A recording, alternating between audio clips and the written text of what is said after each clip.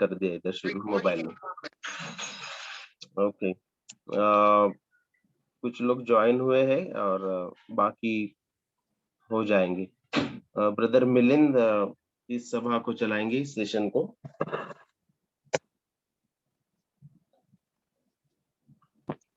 So shall I begin, sir?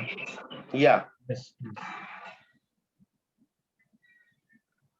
तारणाऱ्या प्रभू येशू ख्रिस्ताच्या नावामध्ये आपल्या सर्वांना सलाम आणि या S3 सेशन मध्ये आपल्या सर्वांचं जे तुम्ही जमलेलं आहात स्वागत आहे। प्रभू येशू ख्रिस्ताची कृपा आपल्या बरोबर असो। यावेळेस आपण या कार्यक्रमाची सुरुवात प्रार्थनेद्वारे करणार आहोत। तर तत्पूर्वी मी आज मनन करण्यात येणारा जो भाग आहे म्हणजेच दुसरे तिमोथी अध्याय 3 वचन 16 आणि 17 ही वचनं वाचणार। त्यानंतर मी प्रार्थना करून या सभेला सुरुवात करेन। ब्रदर आप पूरा चैप्टर पढ़ेंगे प्लीज? ओके जी, पढ़ेंगे सर। थैंक्स। अध्याय 3 आणि सुरुवातीपासून वचन 17 पर्यंत आपण आपल्या शास्त्रामध्ये फॉलो करू शकता। शेवटल्या काळी कठीण दिवस येतील हे समजून घे, कारण माणसे स्वार्थी, धनलोभी, बडाईखोर, गर्विष्ठ, निंदक, आई बापास न मानणारी, उपकार न स्मरण करणारी, अपवित्र, ममताहीन, शांतता द्वेषी, चहाडखोर, असंयमी, क्रूर, चांगल्याबद्दल प्रेम न बाळगणारी, विश्वासघाती, हूड, गर्वाने फुगलेली, देवावर प्रेम करण्याऐवजी सुखविलासाची आवड धरणारी, सुभक्तीचे केवळ बाह्य रूप दाखवून तिचे सामर्थ्य नाकारणारी, अशी ती होतील। त्यांच्यापासूनही दूर राहा।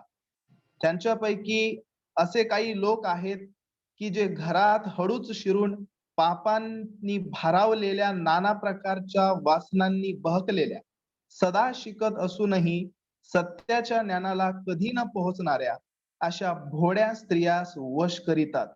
यांनी ह्यांनी जसे मोशेला अडविले तसे हेही सत्याला अडकवितात। हे लोक भ्रष्टबुद्धी बनलेले व विश्वासा संबंधाने पसंतीस न उतरलेले असे आहेत। तरी हे अधिक सरसावणार नाहीत, कारण जसे त्यांचे मूर्खपण उघड आहे तसेच त्यांचेही सर्वांना उघड आहे। तू माझे शिक्षण, आचार, संकल्प, विश्वास, सहनशीलता, प्रीती, धीर, माझा झालेला छळ, माझ्यावर आलेली संकटे ही ओळखून आहेस। मला अंतुकियात, इकुनियात व लुस्त्रात जे काही झाले ते मी जो छळ सहन केला तो तू ओळखून आहेस। त्या सर्वांतून प्रभूने मला सोडविले। ख्रिस्त येशूमध्ये सुभक्तीने आयुष्य क्रमण करावयास जे पाहतात त्या सर्वांचा छळ होईल आणि दुष्ट व भोंदू माणसे ही दुसऱ्यांस फसवून स्वतः फसून दुष्टपणात अधिक सरसावतील।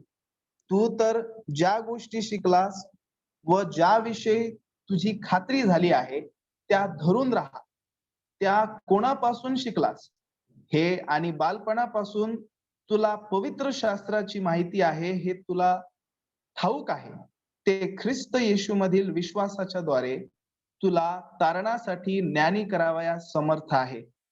प्रत्येक परमेश्वर प्रेरित शास्त्रलेख, सद्बोध, दोष दाखविणे, सुधारणूक, नीती शिक्षण ह्याकरिता उपयोगी आहे, ह्यासाठी की देवाचा भक्त पूर्ण होऊन प्रत्येक चांगल्या कामासाठी सज्ज व्हावा।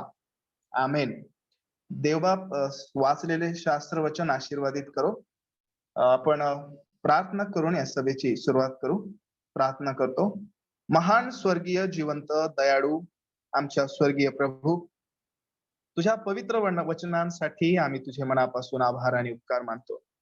पवित्र परमेश्वरा, तुझे पवित्र वचन खरंच देवबापा आम्हाला सत्य घोषित करणारे आहेत आणि प्रभू त्या सत्यामुळेच देवबापा आम्ही तुझ्यामध्ये जिवंत आहोत। स्वर्गीय प्रभू, तुझे पवित्र वचन त्याची आम्हाला गरज आहे। तुझ्या खऱ्या सुवार्तीची आम्हाला आवश्यकता आहे। पवित्र देवबापा म्हणून आम्हाला तुझ्या पवित्र वचनामधून तुझ्या प्रिय गौरवी पुत्राची स्पष्टता आणि सुंदरता दाखव. आभार मानतो देवबापा, हा समय दिलास आणि तुझ्या प्रियजनांना एकत्रित केलंस त्याबद्दल. प्रभू, तुझ्या वचनामधून योग्य त्या गोष्टी आम्हाला सांग आणि पवित्र परमेश्वरा, आमच्यामधील घाण आम्हाला दाखव आणि तुझ्या प्रिय पुत्राची सुंदरता दे बापा, जेणेकरून आम्ही तुझ्या स्वाधीन होऊन स्वतःला नम्र आणि लीन कर. देवबापा, आमची कठीण अंतकरणं तू फोड आणि आम्हाला नम्र राहून देवबापा तुझे वचन स्वीकारण्यास सहाय्य कर. तुझ्या आत्म्याकरवी प्रभू हे घडून येऊ दे आणि तुझ्या नावाचा महिमा हो. यावेळेस प्रभू, पुढील वेळ आम्ही तुझ्या हाती समर्पित करतो आणि म्हणतो प्रभू आम्हाला चालीव. प्रार्थना तारणाऱ्या प्रभु यीशुच्या नावात मागतो म्हणून आमेन. आगे का जो समय है हमारे बीच में रोशन पास्टर जी है वो हमें चलाएंगे. Please sir. Okay, thank you Milind. मेरी आवाज आ रही है अच्छे से? हाँ जी, आ रही है. Okay, fine. ऑलराइट, सो आज का संदेश हिंदी में होगा. बीच बीच में थोड़ा इंग्लिश में डालूंगा, बट बिल्कुल भी मराठी नहीं होगा. जो विभाग आज हम देखेंगे, it's perhaps one of the most commonly coated texts in evangelical Christianity. शायद जिस प्रकार से जॉन 3:16 फेमस है, उस प्रकार का फेमस 2 टिमोथी 3:16 और 17 हो गया है. हम में से जो कोई भी फॉर्मली थियोलॉजी पढ़ाते हैं या फिर कुछ प्रकार का ट्रेनिंग लिए होंगे थियोलॉजी में, शायद इस वचन को साल में हर महीने में एक बार तो सुनते हैं या तो इसका इस्तेमाल करते हैं. इनफैक्ट अगर आप कोई भी सिस्टमैटिक थियोलॉजी का बुक लेंगे तो हम देखेंगे कि 2 तिमोथी 3:16 और 17 बहुत सारे सिद्धांतों के लिए को सिखाने के लिए इस्तेमाल किया जाता है. सिद्धांत जैसे इंस्पिरेशन ऑफ स्क्रिप्चर्स, यानी कि वचनों की प्रेरणा, इनहेरेंसी, वचनों की अचूकता, अथॉरिटी, वचनों का अधिकार, नेसेसिटी, वचनों की आवश्यकता, क्लैरिटी, वचनों की स्पष्टता, एंड देन सफिशिएंसी, यानी कि वचनों की पर्याप्तता. लेकिन आज हम इन सारे सिद्धांतों को नहीं देखेंगे. आज हम इस विभाग को उसके संदर्भ में देखेंगे. We look at the passage in its immediate context. हम किसी सिस्टमैटिक थियोलॉजी के टेक्स्ट बुक का पन्ना नहीं खोल रहे हैं, हम परमेश्वर के वचनों का एक पन्ना खोल के देख रहे हैं. और ना सिर्फ वचन, ये एक पर्टिकुलर पत्र हम खोल रहे हैं, राइट. एक पर्सनल व्यक्तिगत पत्र है जो एक बहुत जल्द मरने वाले सेवक ने, एक शिक्षक ने एक अपने विश्वसनीय शिष्य को वो लिख रहा है. एक आत्मिक पिता अपने आत्मिक पुत्र को ये पत्र लिख रहा है. उस पत्र का एक पन्ना, उसका एक अंश हम देख रहे हैं. हमने 2 तिमोथी में पहले ही देखा है कि पौलुस तिमोथी को उत्तेजना दे रहा है कि वो प्रभु में विश्वसनीय बना रहे. क्योंकि पहले अध्याय में अगर हम देखें, पहले अध्याय की 6ठी और 7वीं आयत में, तो वो पढ़कर ऐसा लगता है कि शायद तिमोथी पर जो सेवकाई का जो दबाव है वो उस पर थोड़ा भारी पड़ रहा था, राइट. ही वाज ऐसा लग रहा था कि वो डर रहा है, या वो क्योंकि उसका खुद का आत्मिक पिता अभी जेल में है और मरने के समय में आ गया है, शायद वो थोड़ा भयभीत हो गया है. तो उसको प्रोत्साहन देने के लिए पौलुस ने ये पत्र उसको लिखा है. ना सिर्फ प्रोत्साहन दे रहा है, लेकिन पौलुस तिमोथी को सचेत भी कर रहा है कि उसके व्यक्तिगत सेवकाई में बहुत खतरे आने वाले हैं, राइट. क्योंकि जो झूठे शिक्षक हैं वो बढ़ने वाले हैं, साथ ही साथ जो झूठे भाई हैं वो भी उसकी कलीसिया में प्रवेश करेंगे. और इन सब खतरों के बीच में केवल उसका रक्षा एक ही चीज कर सकता है, जो उसे उसके कर्तव्यों को पूरा करने में मदद करेगा, जो उसके कलीसिया को झूठ से बचाएगा, और जो उसे ताड़ना के समय में और कठिन परिस्थिति के समय में आशा देने वाला है. और वो है परमेश्वर का वचन, right. So I'd like to preach to you on the preacher's need for God's word. एक प्रचारक को परमेश्वर के वचन की आवश्यकता। नाउ यू माइट आस्क, आप ये सवाल पूछेंगे कि क्यों मैंने ऐसा कहा कि प्रचारक को क्या आवश्यकता है? Isn't the Bible necessary for every individual? क्या ये हर व्यक्ति की आवश्यकता नहीं है परमेश्वर का वचन? जरूर है, लेकिन जैसा मैंने कहा, आज हम जो विभाग देख रहे हैं उसे उसके एक्चुअल संदर्भ में देखेंगे। और संदर्भ ये है कि ये जो शब्द है 16 और 17वीं आयतों के जो शब्द है, ये एक पैस्टोरल एपिसल में है, एक पालकीय पत्र में है, right? It is written by Paul personally to Timothy. अब टिमोथी एक फॉर्मल पास्टर था या नहीं था ये हम नहीं जानते, लेकिन इतना पता है कि वो एक रिकग्नाइज्ड लीडर था। सब लोग ने ये स्वीकार कर लिया था कि ये एक नेता है और समवन जो सिखाता था। He was in a teaching position. और टिमोथी का की अभी की अवस्था और बाद में की परिस्थितियां कुछ इस प्रकार से होने वाली थी। दुष्ट लोग और दुष्टता बढ़ेगी, ताड़ना बढ़ने वाली है, लोगों को खरी शिक्षा खरी उपदेश में कोई इंटरेस्ट नहीं होने वाला है, लोगों को प्रचार में इंटरेस्ट नहीं होगा।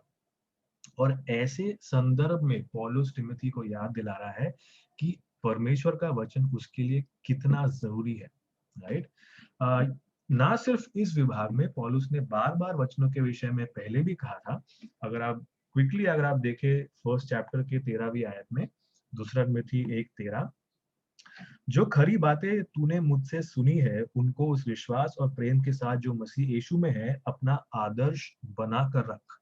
ओके, दूसरा अध्याय 2री आयत, और जो बातें तूने बहुत गवाहों के सामने मुझसे सुनी है उन्हें विश्वासी मनुष्यों को सौंप दे जो औरों को भी सिखाने के योग्य हो। इसी अध्याय के 15वीं आयत में अगर आप देखें, दूसरा तिमोथी 2:15, अपने आप को परमेश्वर का ग्रहण योग्य और ऐसा काम करने वाला ठहराने का प्रयत्न कर जो लज्जित न होने पाए और जो सत्य के वचन को ठीक रीति से काम में लाता हो। Then we come to our passage for today, which is 2 Timothy 3:16-17. एक बार फिर से पढ़ेंगे दूसरा तिमुथियुस उसका 3रा अध्याय 16 और 17। हर एक पवित्र शास्त्र परमेश्वर की प्रेरणा से रचा गया है और उपदेश और समझाने और सुधारने और धर्म की शिक्षा के लिए लाभदायक है, ताकि परमेश्वर का जन सिद्ध बने और हर एक भले काम के लिए तत्पर हो जाए। तो इस विभाग का जो आकार है, जो स्ट्रक्चर है, कुछ इस प्रकार है। परमेश्वर के वचन की एक खासियत है, एक खूबी है, जिसकी वजह से वो एकदम अनोखा है, राइट? और वो खूबी क्या है कि वो परमेश्वर की प्रेरणा से, that it's inspired by God. और क्योंकि वचन की ये खूबी है, परमेश्वर का वचन एक प्रबल साधन है और फायदेमंद है कुछ 4 प्रकार के कर्तव्यों को पूरा करने के लिए, जो हम देखते हैं: डॉक्ट्रिन, रिप्रूफ, करेक्शन और इंस्ट्रक्शन। क्योंकि परमेश्वर के वचन की ये प्रकृति है और उससे ये लाभ मिलता है, उसका एक उद्देश्य है किसी व्यक्ति के लिए कुछ हासिल करने का, right? It is intended to accomplish something for someone. Now who is this someone? Okay, look at the context, verse 17, that someone is the man of God, ताकि परमेश्वर का जन या परमेश्वर का व्यक्ति। Now who is this man of God? ये परमेश्वर का जन कौन है? Now by far application it could refer to any follower of God. कोई भी अगर परमेश्वर के पीछे हो लिया है, एक godly man या godly woman can be applicable to this particular phrase. लेकिन अगर आप वचनों में देखें और ये पता करने की कोशिश करें कि परमेश्वर का जन यानी कि मैन ऑफ गॉड किस तरह से इस्तेमाल किया है, तो आप नोटिस करेंगे कि man of God was used for Moses, जो एक नबी था। It was used for the person who visited Manoah. शमूएल के लिए इस्तेमाल किया गया, जो नबी था। एलाइजा के लिए इस्तेमाल किया, जो नबी था। एलाइशा के लिए इस्तेमाल किया, जो नबी था। और भी बहुत सारे प्रोफेटिक फिगर्स जिन्होंने परमेश्वर का वचन लोगों के सामने लाया, उन्हें मैन ऑफ गॉड करके एड्रेस किया गया है। एंड देन जब न्यू टेस्टामेंट में आते हैं तो टिमोथी एक अकेला व्यक्ति है जिसे मैन ऑफ गॉड करके कहा गया है। एंड देन ऑब्वियसली हम यीशु मसीह को भी बोल सकते हैं, बिकॉज यीशु मसीह के बारे में लिखा गया है, he was a man who came from God, right, John के गॉस्पेल में। तो हम ये बात कंक्लूड कर सकते हैं कि ये जो टाइटल है man of God, it specifically refers to a person who is chosen by God to be his spokesperson। एक ऐसा व्यक्ति जो जिसे परमेश्वर चुनता है, जो परमेश्वर के लिए एक प्रवक्ता बनेगा, which in simple terms is a preacher of God's word, परमेश्वर के वचन का प्रचारक।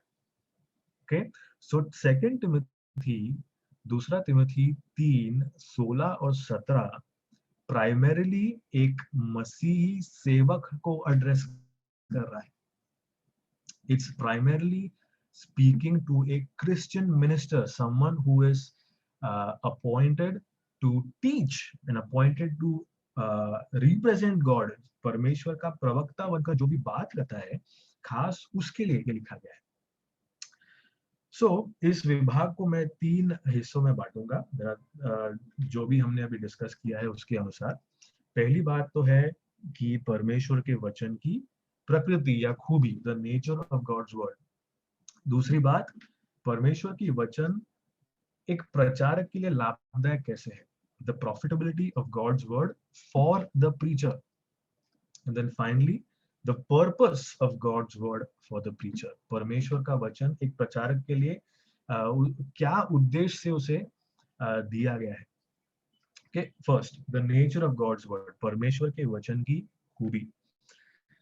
Now, the reason why Timothy must remain faithful, the reason why Timothy परमेश्वर के प्रति विश्वसनीय होना चाहिए और केवल वचनों पर ही डिपेंडेंट होना चाहिए, वो इसलिए क्योंकि वचनों में और बाकी सब प्रकार के लेख में there's a big difference। वो ये कि परमेश्वर का वचन प्रेरणा से दिया गया है, it is divinely inspired, it literally means it's God breath, परमेश्वर के श्वास से दिया गया है।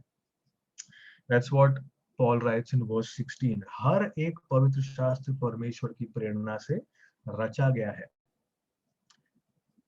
परमेश्वर के वचन के कौन से विभाग इंस्पायर किए गए हैं या श्वास से दिया गया है?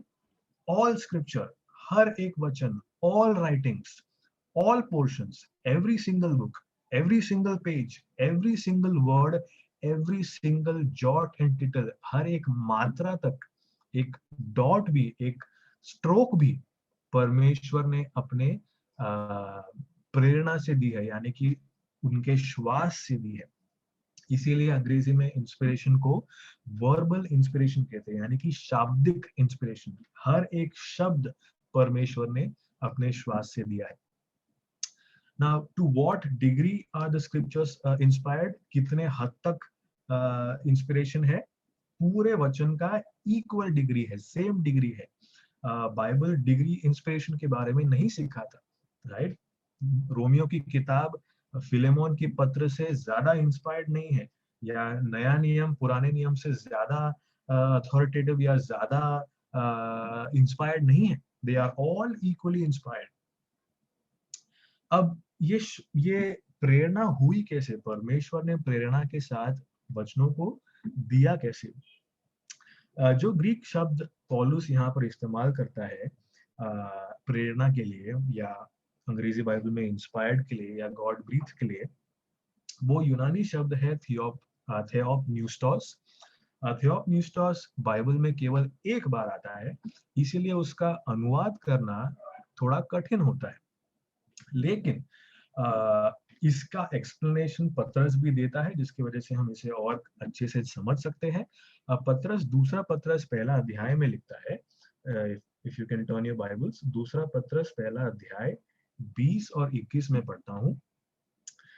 पर पहले ये जान लो कि पवित्र शास्त्र की कोई भी भविष्यवाणी किसी के अपने ही विचारधारा के आधार पर पूर्ण नहीं होती, क्योंकि कोई भी भविष्यवाणी मनुष्य की इच्छा से कभी नहीं हुई, पर भक्त जन पवित्र शास्त्र के द्वारा उभारे जाकर परमेश्वर की ओर से बोलते थे। अब इसे समझने के लिए एक साधारण एक सिंपल सा उदाहरण है। आप सब बचपन में शायद पेपर बोट्स बनाते थे, और अगर पेपर बोट को आप बहती हुई नदी के सरफेस में डाले, तो नदी जिस भी डायरेक्शन में जा रही है, जिस भी तरह से नदी हिल रही है, वो पेपर बोट, वो कागज का जो नाव है, वो भी उसी तरह से उसी डायरेक्शन में पानी के प्रभाव से पानी के डायरेक्शन में ही वो भी जाता रहेगा। कुछ इसी प्रकार का प्रोसेस, इसी प्रकार का जो इंस्पिरेशन है, उसे भी हम इस प्रकार से समझ सकते हैं। परमेश्वर की पवित्र आत्मा ने जो भी हमारे बिब्लिकल ऑथर्स है, जिन्होंने भी वचन लिखा, उसे इस तरह से मूव कर रहे थे कि जो भी वो लोग लिख रहे थे, वो एग्जैक्टली वही था जो परमेश्वर उनसे लिखवाना चाहते थे। अब ऐसा करने के द्वारा उनका इंडिविजुअलिटीज नहीं गया, राइट? वो जैसे थे वैसे ही हैं, तो उनका ही वोकैबुलरी यूज करके, उनका ही शब्दकोश यूज करके, उनका ही लैंग्वेज स्टाइल यूज करके, वो सब इस्तेमाल करने के बावजूद उन्होंने वही लिखा जो परमेश्वर लिखवाना चाहते थे। अब कभी कभी परमेश्वर डायरेक्टली डिक्टेट करते थे कि क्या लिखना है, एग्जैक्टली वर्ड टू वर्ड वो डिक्टेशन करते थे, और बाकी समयों में परमेश्वर in biblical authors, Paul, Peter, John, जो भी है, पुराने नियम के लोग हैं, उन सबको वो प्रेरित कर रहे थे, उन्हें वो गाइड कर रहे थे। और ऐसा करते वक्त इन लोगों की इंडिविजुअलिटी, उनका व्यक्तित्व भी हमें यहाँ पर दिखता है। इसीलिए हम देखते हैं कि जो प्रेरित करने की बात है या प्रेरणा करने की बात है, इट्स नॉट डिक्टेशन। क्योंकि कई बार आप वचनों में देखेंगे कि लोग अपनी प्रार्थना को लिख रहे हैं, राइट? हम देखते हैं।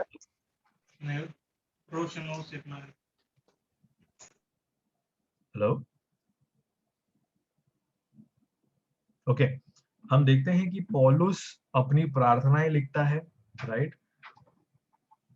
पौलुस अपनी प्रार्थनाएं लिखता है, और कभी कभी लोग अपनी इमोशंस डिस्क्राइब करते हैं, कभी कभी अपना क्रोध दिखाते हैं, वचनों में हम देखते हैं, कभी कभी अपना पर्सनल ओपिनियन देते हैं, राइट? पौलुस ने पहला कोरिन्थियोस 7 में अपना पर्सनल ओपिनियन दिया है, right? It was not divinely revealed, लेकिन परमेश्वर की आत्मा ने उससे बोला कि लिख, right? And God wanted those things to be written in the scripture, right? So scripture is divinely arranged by the Spirit of God, and human authors wrote it, but under the inspiration of the Holy Spirit. अब पौलुस जो शब्द यहाँ पर इस्तेमाल करता है पवित्र शास्त्र के लिए, जो इंग्लिश में स्क्रिप्चर है, इज द ग्रीक वर्ड ग्राफे। ग्राफे का मतलब है राइटिंग्स, जो भी लेख है। तो जब पौल ये पत्र लिख रहा था, उस समय पर कौन से स्क्रिप्चर अवेलेबल थे? उस समय पर पूरा हिब्रू बाइबल यानी कि पुराना नियम अवेलेबल था, और नए नियम के कुछ बुक्स अवेलेबल थे, राइट? सब बुक्स तब तक नहीं लिखे गए थे, लेकिन भले ही कुछ बुक्स बाद में भी लिखे गए हो, क्योंकि वो किताब या वो पत्र भी परमेश्वर के वचन है, इसीलिए दूसरा Timothy 3:16 is applicable to all the books of the Bible, right? Not just the ones that were written up to 2 Timothy, लेकिन बाद में भी जो लिखे, जो कलीसिया ने आइडेंटिफाई किया, रिकॉग्नाइज किया कि ये परमेश्वर की ओर से है, the verse 2 Timothy 3:16, it applies to all the 66 books of the Bible, right? इसीलिए हम अंग्रेजी में इसे प्लीनरी इंस्पिरेशन कहते हैं, यानी कि पूर्ण इंस्पिरेशन। पूरा परमेश्वर का वचन परमेश्वर के श्वास से दिया गया है, उनकी प्रेरणा से दिया गया है। ऑलराइट, सो परमेश्वर के जन के हाथ में, परमेश्वर द मैन ऑफ गॉड के हाथ में ये अमेजिंग पावरफुल टूल परमेश्वर ने दिया गया है, जो उनके श्वास से दिया हुआ उनके वचन है। अब क्योंकि ये परमेश्वर की प्रेरणा से मिली है, परमेश्वर के श्वास से दिया गया है, ये अचूक है, ये अधिकार से भरा हुआ है, ये आवश्यक है, इसकी जरूरत है हमें, ये स्पष्ट है, और साथ ही साथ ये पर्याप्त भी है। The Bible is inherent, authoritative, necessary, clear, and sufficient. And क्योंकि परमेश्वर का वचन उनकी प्रेरणा से आया है, इसीलिए परमेश्वर का जो मनुष्य है, परमेश्वर का जो जन है, वो अब इसका इस्तेमाल करके अपने कर्तव्यों का पालन कर सकता है. Because the Bible is inspired, the man of God can and must use the Bible to discharge his duties. तब परमेश्वर के जन का काम क्या है, उसको कौन सी जिम्मेदारी दी गई, उसके कर्तव्य क्या है? That is mentioned in the second part of 16. Come back to 2 Timothy 3:16. Right, this is the second part of our discussion. The profitability of God's word for the preacher. एक प्रचारक के लिए परमेश्वर का वचन कैसे लाभदायक है? इसलिए लाभदायक है कि उसके जो 4 मेन ड्यूटी है उसको वो इसके द्वारा पूरा कर सकता है. पहला क्या है? डॉक्ट्रिन, राइट, यानी कि उपदेश देना. डॉक्ट्रिन, उपदेश देना मतलब सिखाना, समझाना. परमेश्वर का वचन परमेश्वर का की पूरी सत्य है जो उन्होंने हमें दी है, जिसके द्वारा वो हमसे बात करते हैं या हमें अपने बारे में प्रकाश देते हैं, राइट. केवल वचनों के द्वारा ही परमेश्वर हमें सिखाते हैं, इसीलिए प्रचारक को भी केवल वचनों का ही इस्तेमाल करना है ताकि वो परमेश्वर की बातें अपने लोगों को समझाए. दूसरा बात है रिप्रूफ. दूसरा कर्तव्य रिप्रूफ यानी कि समझाने का. मैंने शायद पहले भी समझाने बोला. पहला वाला है सिखाने का, दूसरा है समझाने का. Now, reproof has the idea of convicting someone. किसी के दोष को सिद्ध करना, जो भी उसने गलत किया उस दोष को सामने लाना. अब पौलुस लिख रहा है कि परमेश्वर का वचन इस बात के लिए भी लाभदायक है कि वो किसी के पाप को का खुलासा करता है, उसे प्रकाश में लाता है. अगर कोई भी रॉन्ग बिहेवियर है, कोई भी बुरा आचरण है या गलत विश्वास है, उन सबको वो प्रकाश में लाता है, right. Very familiar verse Hebrews 4, इब्रानी 4 अगर आप देखें 12 और 13. इब्रानी 4:12, क्योंकि परमेश्वर का वचन जीवित और प्रबल और हर एक दोधारी तलवार से भी बहुत चोखा है और जीव और आत्मा को और गांठ और गूदे को अलग करके वार पार छेदता है कि और मन की भावनाओं और विचारों को जांचता है. और सृष्टि की कोई वस्तु उससे छिपी नहीं है, वरन जिसमें हमें काम है उसकी आंखों के सामने सब वस्तुएं खुली और बेपरद हैं, राइट. सो परमेश्वर का वचन लोगों के पाप को का खुलासा करने के लिए लाभदायक है. तीसरा कर्तव्य है प्रचारक का, वो है करेक्शन, यानी कि सुधार लाना, राइट. एग्जैक्टली क्या लिखा गया है मैं देखता हूँ. या सुधारने के काम के लिए भी परमेश्वर का वचन लाभदायक है. The word correction has the idea of setting something straight. जो चीज कुछ खराब हो गई है उसे ठीक करना, या जो चीज अपने जगह से हिल गई है उसे वापस अपनी जगह पर रिस्टोर करना, राइट. तो पौलुस के बोलने का उद्देश्य ये है कि परमेश्वर का वचन इस बात के लिए भी लाभदायक है कि जो कोई परमेश्वर के मार्ग से भटक गया है उसे वो फिर से उनके मार्ग में ला सकता है. अगेन फेमिलियर पैसेज भजन 119, साम 119. अगर आप 9वीं आयत देखें, भजन 119:9, जवान अपनी चाल को किस उपाय से शुद्ध रखे, तेरे वचन के अनुसार सावधान रहने से. मैं पूरे मन से तेरी खोज में लगा हूं, मुझे तेरी आज्ञाओं की बाट से भटकने न दे. मैंने तेरे वचन को अपने हृदय में रख छोड़ा है कि तेरे विरुद्ध पाप न कर सकूं. परमेश्वर का वचन इस बात के लिए लाभदायक है क्योंकि वो भटके हुओं को फिर से परमेश्वर की राह में ला सकता है. और आखिरी बात, इंस्ट्रक्शन इन राइचियसनेस. धर्म की शिक्षा, ऑलराइट. नाउ ये धर्म की शिक्षा या इंस्ट्रक्शन का आइडिया ये है कि किसी को ट्रेनिंग देना, किसी को एजुकेट करना, किसी को अनुशासित करना, डिसिप्लिन करना. परमेश्वर का वचन इस बात के लिए लाभदायक है कि वो एक व्यक्ति को गॉडली लिविंग के लिए तैयार कर सकता है, right.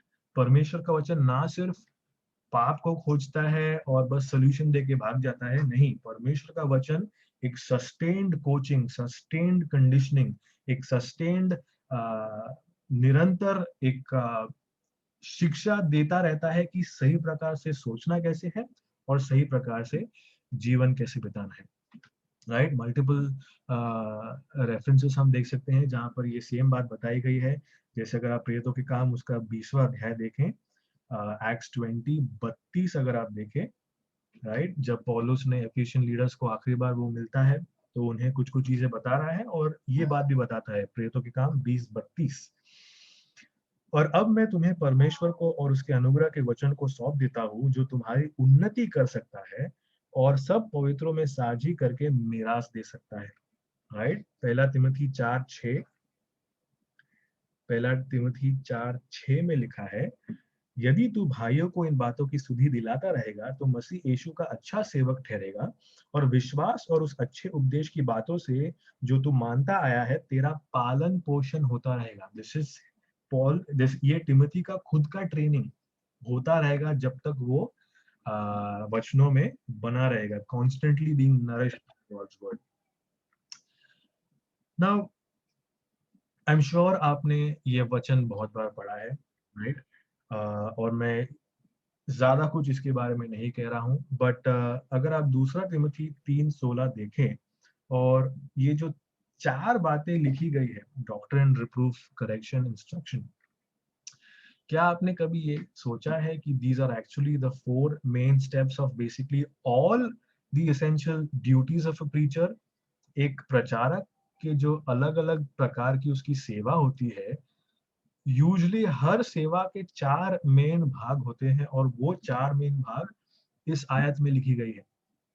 For example, these 4 things are the 4 primary elements of a sermon.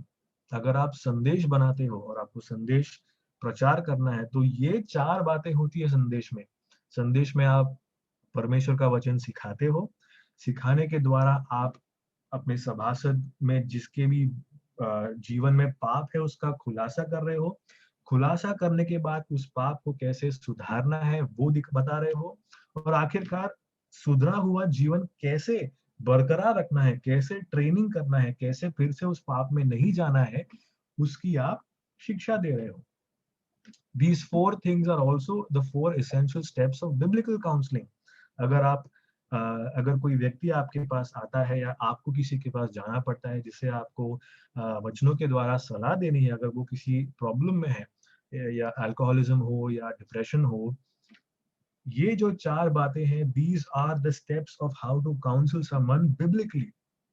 कैसे आप जाकर उन्हें पहले शिक्षा देते हो, उसकी जो प्रॉब्लम है, उसका रूट, उसका जो जड़ है वो पाप है, वो आप उसे बताते हो, और उस पाप को कैसे ठीक करना है आप उसे बताते हो, और फिर आपका फाइनल स्टेप ऑफ काउंसलिंग क्या है कि ये व्यक्ति फिर से उस पाप में न गिरे, वो आप उसे समझा रहे हो।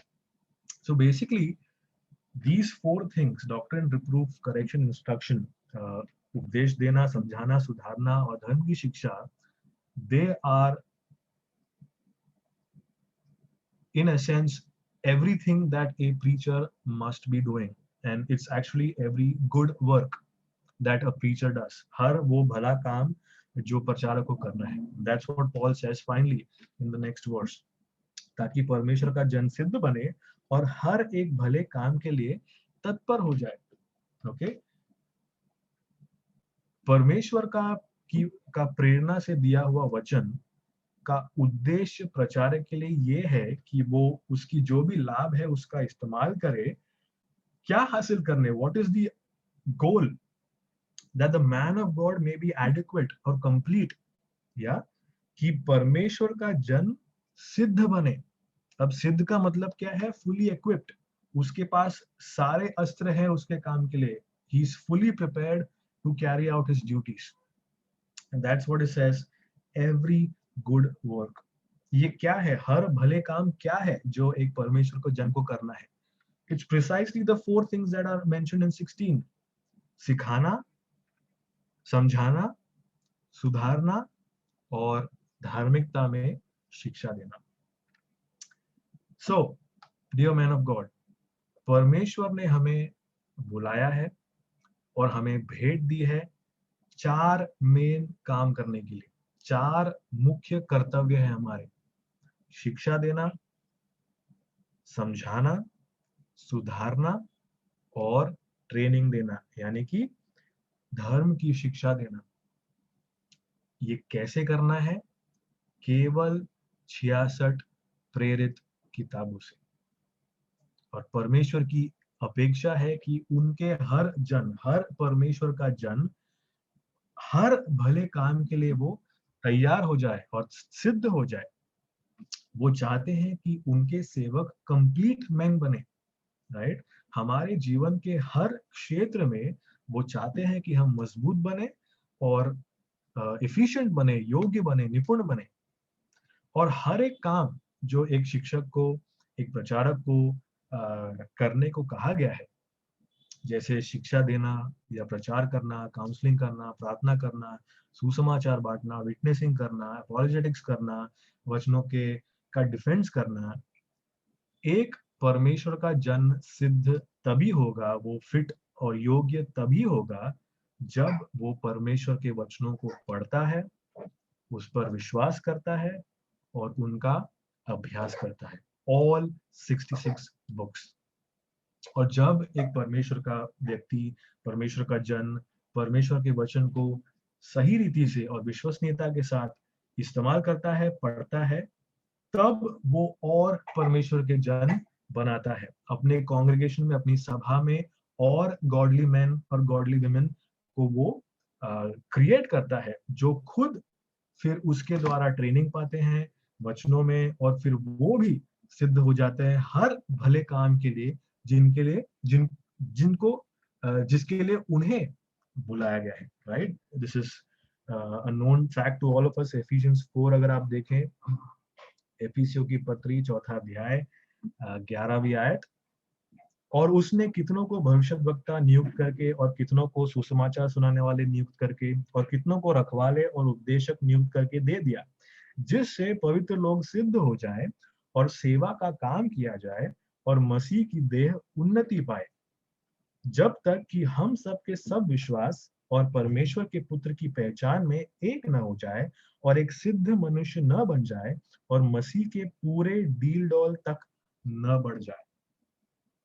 That's the intention, that's the goal। परमेश्वर ने वचन प्रचारक को दिया ताकि वो सिद्ध बने और फिर उसके कर्तव्य पालन करने के द्वारा उसके सभा से सिद्ध बने और सेवकाई का कार्य चलता रहे। और जब हम ये सब करेंगे, जब परमेश्वर का जन, जब the man of God does all this, तभी हमें हमारा पुरस्कार मिलेगा। Then we will get our true reward। और क्या है हमारा reward? Is it more money? Is it a bigger congregation? Is it a name for ourselves? हमारा समाज में नाम होगा? No। Our true reward is found in this letter itself। Look at 2 Timothy 4। अगर आप 2 तिमोथी 4 अध्याय देखें,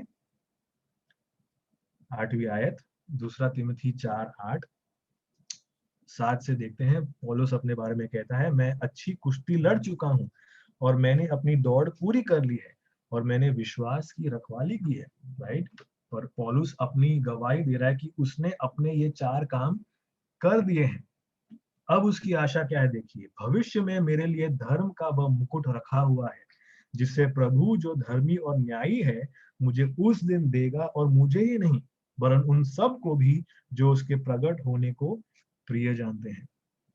this is our true reward, not in this life but in the life to come, कि परमेश्वर अपना स्टैंप ऑफ अप्रूवल देंगे और हमें भेंट देंगे, पुरस्कार देंगे हमारी विश्वसनीयता के लिए। अगर हम हमारे अगले विभाग को देखें, जो चैप्टर 4 का स्टार्टिंग है, वहां पर लिखा है, preach the word, be ready in season and out of season, कि तू वचन का प्रचार कर, समय और असमय तैयार रहे। प्रिय भाइयों, पौलुस के सेवकाई का समय बहुत कठिन था और उसने तिमोथी को बोला कि तेरे सेवकाई का समय कठिन होने वाला है, और हमारे भी सेवकाई का समय कठिन ही है। समय आएगा और समय बदलेगा, राइट?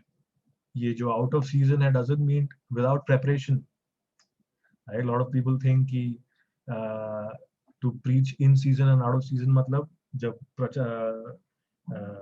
प्रिपेयर करने का समय मिला तभी भी प्रचार करो, जब प्रिपेयर करने का समय नहीं मिला तभी भी प्रचार करो। No, that's not what it says. ऐसा नहीं है कि भाई कोई सरप्राइज अपॉर्चुनिटी मिला तो हमेशा आपको प्रचार करने के लिए तैयार रहना है। व्हाट पॉल इज सेइंग कि ऐसे कुछ समय आएंगे जब तेरे प्रचार एक्सेप्ट किए जाएंगे या लोग सुनेंगे, और ऐसे भी समय आएंगे जब लोगों को इंटरेस्ट नहीं होगा। There will be seasons where your preaching will not perhaps bear fruit, right? आपके प्रचार का मिनिस्ट्री की जो सेवकाई है वो शायद फल ना लाए, या लोगों को आपकी प्रचार सुनने में इंटरेस्ट ना हो, राइट? साउंड डॉक्ट्रिन सुनने में इंटरेस्ट ना हो। ऐसे समयों में हम कैसे स्ट्रांग बने, कैसे विश्वसनीय रहे, कैसे आशा के साथ रहे? How do we tackle false teachers, जो झूठे शिक्षक हमारे कलीसिया में प्रवेश करेंगे या जिसके वजह से हमारी कलीसिया की जिनको हमारी कलीसिया के लोग सुन रहे हैं, जिसके द्वारा वो प्रभावित हो रहे हैं, उनको हम टैकल कैसे करेंगे? या फिर हमारी कलीसिया में शैतान अगर कुछ ऐसे बीज बोता है, कुछ ऐसे फॉल्स ब्रेदरन लाता है, कुछ ऐसे झूठे भाई लाते हैं जो कलीसिया में न्यूसेंस क्रिएट कर रहे हैं, उनको हम कैसे टैकल करेंगे? एंड पॉलुस अपने आत्मिक बेटे को बता रहा है, it's only through the word of God. जब तक तू इसे स्वयं पढ़ रहा है और इसे सिखा रहा है तो ही तू अपनी इन परिस्थितियों को लड़ पाएगा, इन परिस्थितियों में तू विश्वसनीय ठहर पाएगा। क्यों? क्योंकि परमेश्वर का वचन परमेश्वर की प्रेरणा से दिया गया है। What makes these 66 books unique is that it is divinely inspired. और जब तू ये प्रेरणा से दी गई वचनों को सिखाएगा, उसके द्वारा तू समझाएगा, उसके द्वारा तू सुधारेगा और उसके द्वारा तू धर्म की शिक्षा देगा, ये ऐसे ही हुआ कि परमेश्वर स्वयं तेरे लोगों को सिखा रहे हैं, तेरे लोगों को समझा रहे हैं, तेरे लोगों को सुधार रहे हैं और तेरे लोगों को धर्म की शिक्षा दे रहे हैं। और जैसे जैसे तू ये करता रहेगा, God will make you perfect. वो तू जो परमेश्वर का जन है उसे सिद्ध करेगा और तुझे पूरी तरह से तैयार करेगा। तेरी सेवकाई में जो भी भले काम तुझे करने हैं उसके लिए तू रेडी हो जाएगा। So it becomes very important for every man of God to be aware of scripture, कि वचन क्या है वो पता रहना हर प्रचारक के लिए जरूरी है। Not just any scripture but all scripture, क्योंकि हर एक पवित्र शास्त्र परमेश्वर की प्रेरणा से है। सिर्फ गॉस्पेल्स नहीं, सिर्फ रोमन्स नहीं, सिर्फ इब्रानियों की पत्री, इस पर ही हमें जोर नहीं देना है, but every single book of the Bible, because all of them are intended to make us complete, to make us ready for everything that God has called us to do. इसीलिए परमेश्वर के जन को निरंतर वचनों को पढ़ना है, कंसिस्टेंटली, शुरुआत से अंत तक उसे पढ़ते रहना है। नॉट जस्ट दैट, एक परमेश्वर के जन को परमेश्वर के वचन को याद करना है। He must commit it to memory, right? That's something a lot of people don't do. They just read it but they don't commit it to memory. उन्हें इस प्रकार से पढ़ना है कि वो मानो उसे रट्टा मार सके, ताकि जब सही समय आएगा तो पवित्र आत्मा हमें उन बातों को याद दिलाएगी, जिसके द्वारा जो भी कर्तव्य हमें दिए गए हैं उसका हम पालन कर पाए। So may this be our prayer, कि हमारा जो प्राइमरी अफेक्शन है, जो प्राथमिक रीति से हम जिस चीज को प्रेम करते हैं, वो परमेश्वर का वचन ही हो। वो लूथर की किताबें ना हो, वो कैल्विन की किताबें ना हो, वो बर्कॉफ की किताब ना हो, वो ग्रूडम की किताब ना हो, वो 9 मार्क्स की किताब ना हो, बट द 66 इंस्पायर्ड बुक्स, परमेश्वर की प्रेरणा से दी गई 66 किताब ही हमारा पहला प्रेम हो और उसी में हम बने रहे। परमेश्वर हम सबको मदद करे। और that's all from me. Back to you brother Milind.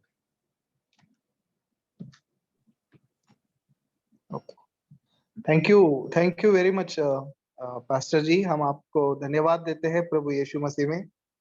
बहुत ही अच्छा मैसेज और इंस्पायरिंग वर्ड था। हम सभी के आध्यात्मिक जीवन के लिए निश्चित ही लाभदायक हो, ऐसी प्रार्थना आहे प्रभू से। आता ही जी वेळ आहे प्रियांनो, आपल्याकडं प्रश्न आणि उत्तराची आहे। आपण मनन केलेल्या संदर्भावर प्रश्न आणि उत्तर चा वेळ जो आहे तो घेणार आहोत। तर आपल्यामधून कोणाचे जर काही प्रश्न असतील या संदर्भाअंतर्गत, तर आपण कृपया करून अनम्यूट व्हा आणि विचारा। तर आपल्यामध्ये देवाचे सेवक वर्ग आहेत, ते आपल्याला देवाच्या वचनातून मार्गदर्शन करतील, अधिक मार्गदर्शन करतील। तर कोणाचे काही प्रश्न असतील आणि काही कोणाला जर ऍड करायचं असेल, तर कृपया करून तुम्ही अनम्यूट होऊन बोलू शकता।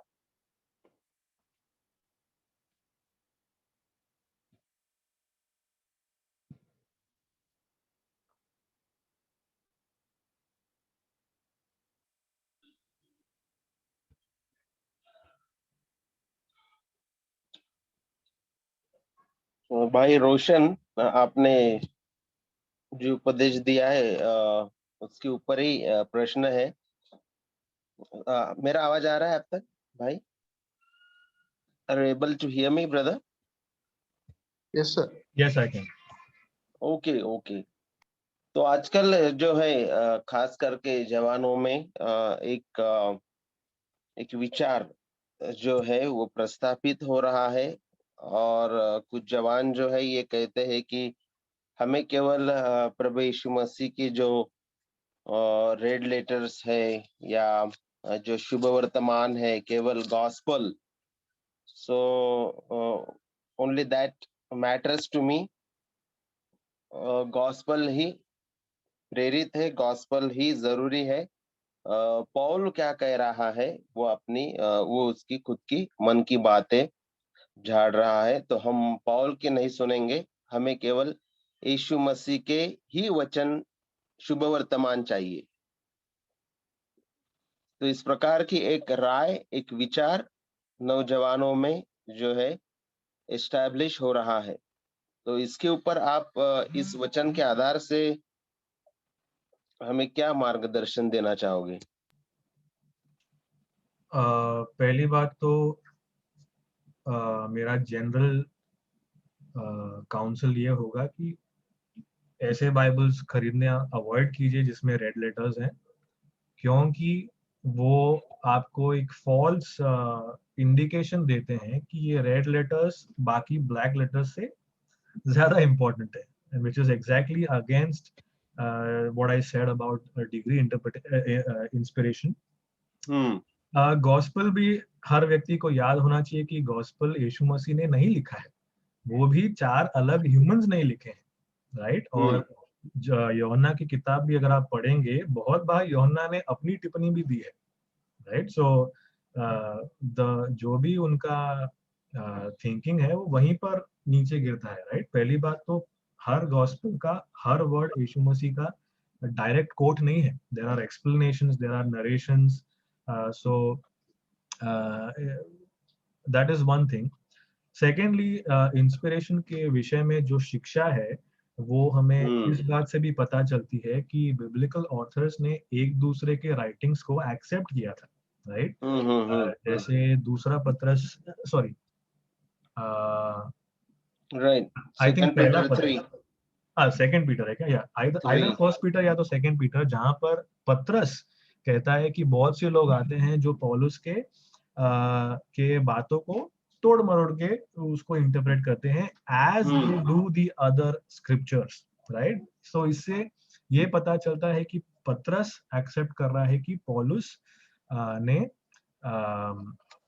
वचन लिखे हैं, राइट? फिर यूहन्ना भी लिखता है पहला यूहन्ना 5 में कि जो हमारी बातें नहीं सुनते वो परमेश्वर की ओर से नहीं है, राइट? सो उससे भी इंडिकेशन मिल रहा है कि यूहन्ना को पता था कि वो जो कुछ लिख रहा है परमेश्वर की प्रेरणा से लिख रहा है, सो अगर यूहन्ना कुछ सिखा रहा है अपने पत्रों में और एक मसीह व्यक्ति बोल रहा है कि नहीं वो मुझे नहीं सुनना है, तो is basically going against apostolic doctrine, right? जो सीधी तरह से गलत है, राइट? सो उसी उसी रीति से हमें ये भी याद रखना है कि यीशु मसीह जब धरती पर थे, वो प्रचार कहाँ से करते थे? He would open the Hebrew text, right? और वहां से वो प्रचार करते थे, तो उनको पता था कि लॉ, प्रॉफिट और राइटिंग्स कितने अधिकार के साथ दिए गए हैं, राइट? सो अगर आपको यीशु मसीह का अनुयायी बनना ही है, तो then read the Old Testament because he claimed it to be God's word, right? So ऐसे अलग अलग पोर्शंस में अगर हम देखें तो एक पार्ट दूसरे को हाँ बोल रहा है, दूसरा पार्ट तीसरे को हाँ बोल रहा है, एंड दिस पे वी कम टू नो कि ये जो पूरा 66 किताब हमें दी गई है, ये सब एक ही स्तर में अधिकार से भरे हैं और एक ही स्तर में वो प्रेरणा से दी गई है और वो सब जरूरी है और हमें वो सब पढ़ना है। Yes, thank you very much.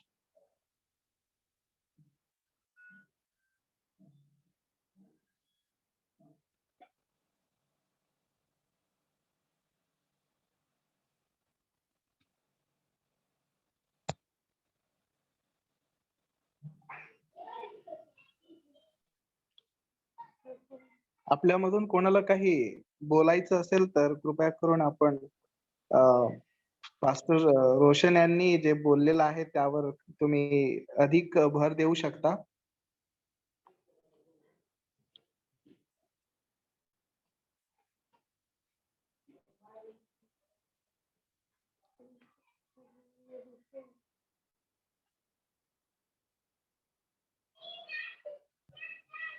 Couple of questions on this, Brother Roshan. We have still few minutes remain.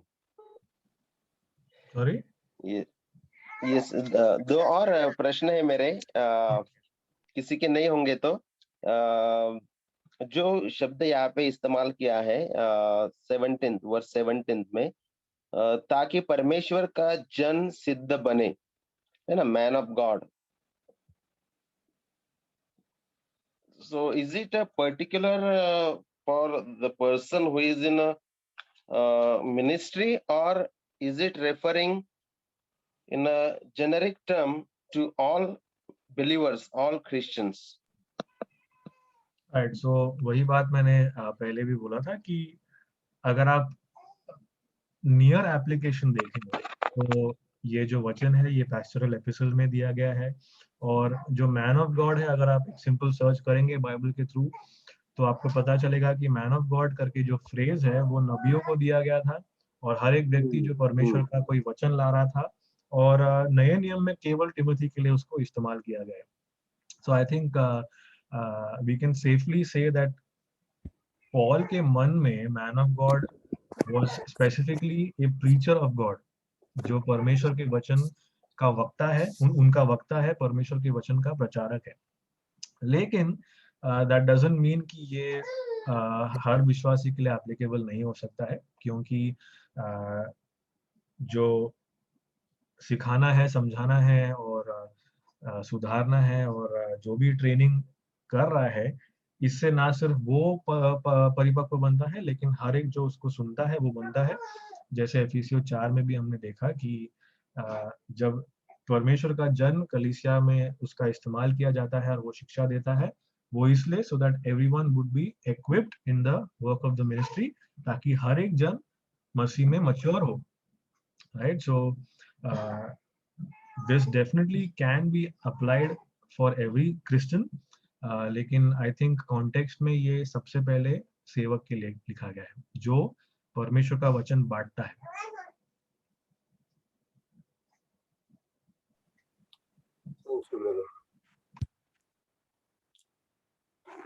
तो सभी यहाँ पे जो 16 में कहा गया है कि मराठी मध्ये संपूर्ण पवित्र शास्त्र, हिंदी में संपूर्ण पवित्र शास्त्र परमेश्वर की प्रेरणा से रचा गया है. तो यहाँ पे हमें अभ्यास की भी आवश्यकता है, जहाँ पे हम ये कह रहे हैं कि संपूर्ण पवित्र शास्त्र परमेश्वर की प्रेरणा से रचा गया है। तो ऐसे भी कुछ विभाग रहते हैं जो आज कलीसिया को लागू नहीं होते। तो कंटिन्यूटी और डिसकंटिन्यूटी इसके बारे में भी बहुत से लोगों में जो है मतभेद है बहुत सारा। आज भी ऐसे लोग हैं कि शब्बात और वो डाइटरी लॉज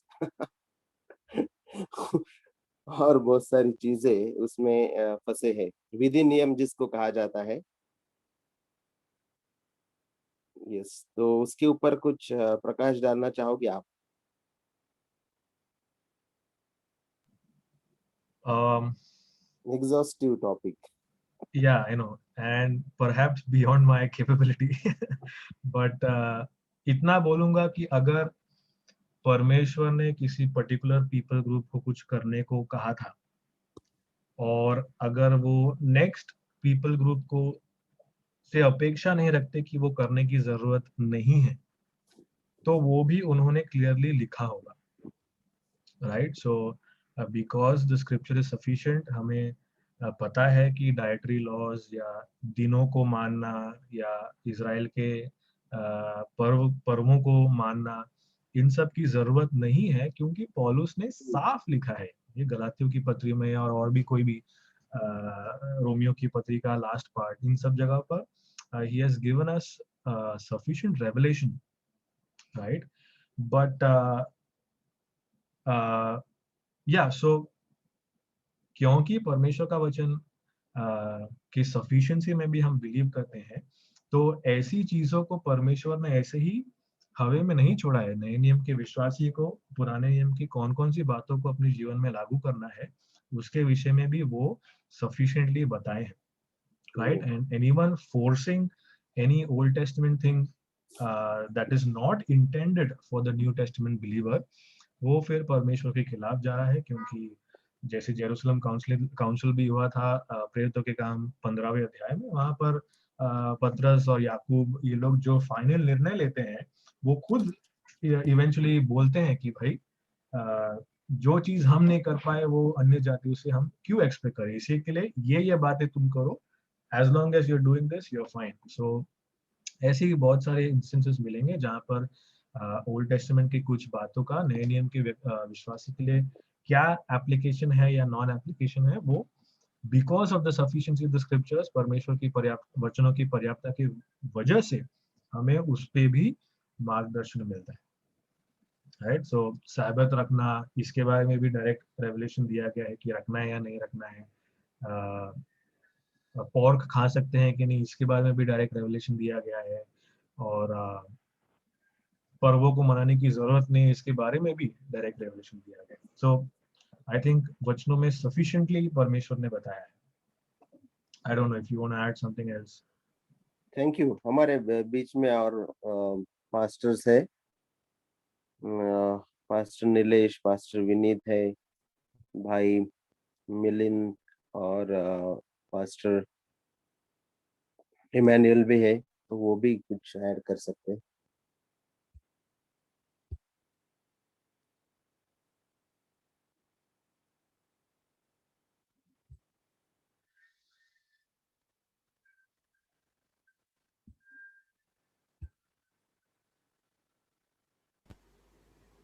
भाई विनीत।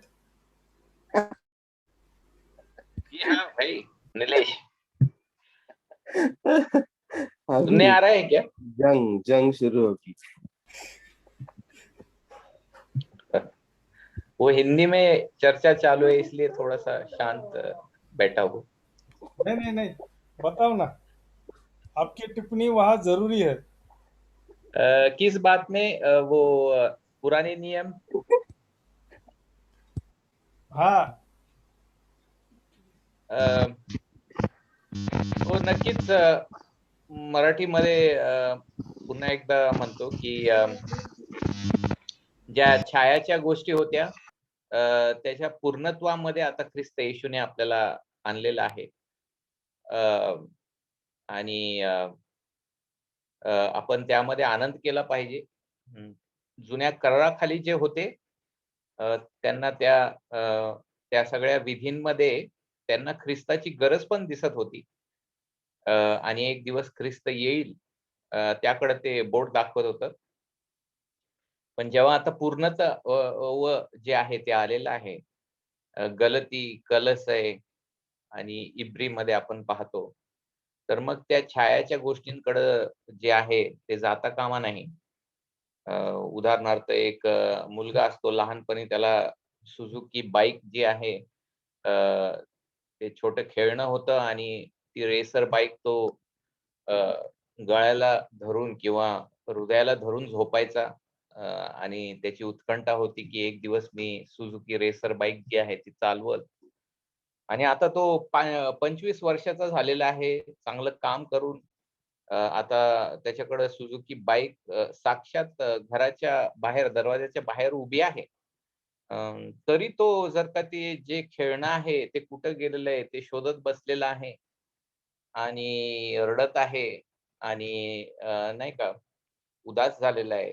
तर मग आपण म्हणू अरे, ज्या बाईककडे ते बोट दाखवत होतं ते खेळणं, ती वास्तविकता तुझ्या घराच्या समोर आहे.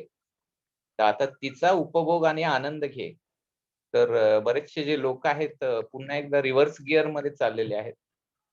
मला एका व्यक्तीने सांगितलं की जुन्या कराराप्रमाणे अ, याजकाने जे आहे फ्रेंच बियर्ड ठेवू नये. कारण फ्रेंच बियर्ड ठेवत असताना मग ब्लेडनी त्याला आकार द्यावा लागतो. अ, तर असे वेगळे-वेगळे बघण्याचे दृष्टिकोन आहेत.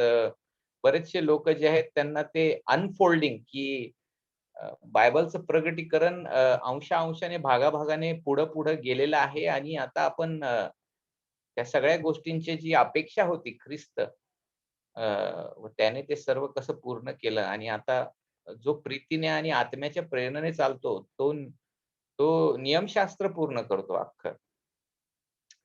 तर त्या गोष्टी ज्या आहेत, त्या पूर्णत्वाकडे आपण लक्ष दिलं पाहिजे आणि अशा लोकांना त्या पूर्णत्वाकडे दाखवलं पाहिजे.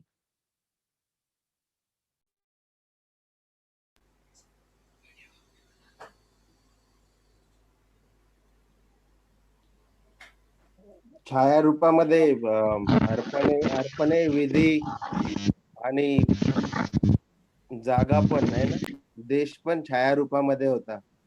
येणाऱ्या रिस्टोर्ड पॅराडाईस चं चित्र होतं ते. अरे बरोबर आहे बापरे! का? नाही, बाळासाहेब? सुंदर आहे. नाही, बरोबर आहे. कारण मी आजच विचार करत होतो, जर का आपल्या पुण्यामध्ये एक यहुदी व्यक्ती जो आहे चर्चमध्ये येऊ लागला आणि एका प्रकारे म्हणू लागला, की मी विश्वास ठेवलेला आहे सुवार्तेवर, मसीहावर. पण मग मंडळीला सांगू लागला, की नाही पण तरी तुम्ही यरुशलेमच्या दिशेने तोंड केलं पाहिजे आणि त्या मंदिराच्या दिशेने प्रार्थना केली पाहिजे आणि पुन्हा एकदा मंडळीला त्याकडे जास्त आकर्षित करू लागला. जी हम्म. पृथ्वीवरचं यरुशलेम आहे आणि ते विधी आहेत त्या पुन्हा एकदा स्थापित व्हायलाच पाहिजे. तर मग आपण त्याला म्हणू, "अरे बाबा, तू इब्री करास पत्र वाचलेलं आहे का नाही?" हम्म. कारण हे ज्या मंदिराच्या गोष्टी आहेत, स्वर्गीय टॅबरनॅकल जिथं प्रभू स्वतः हम्म. आता गेलेला आहे. हम्म. त्याच्या कॉपी होत्या.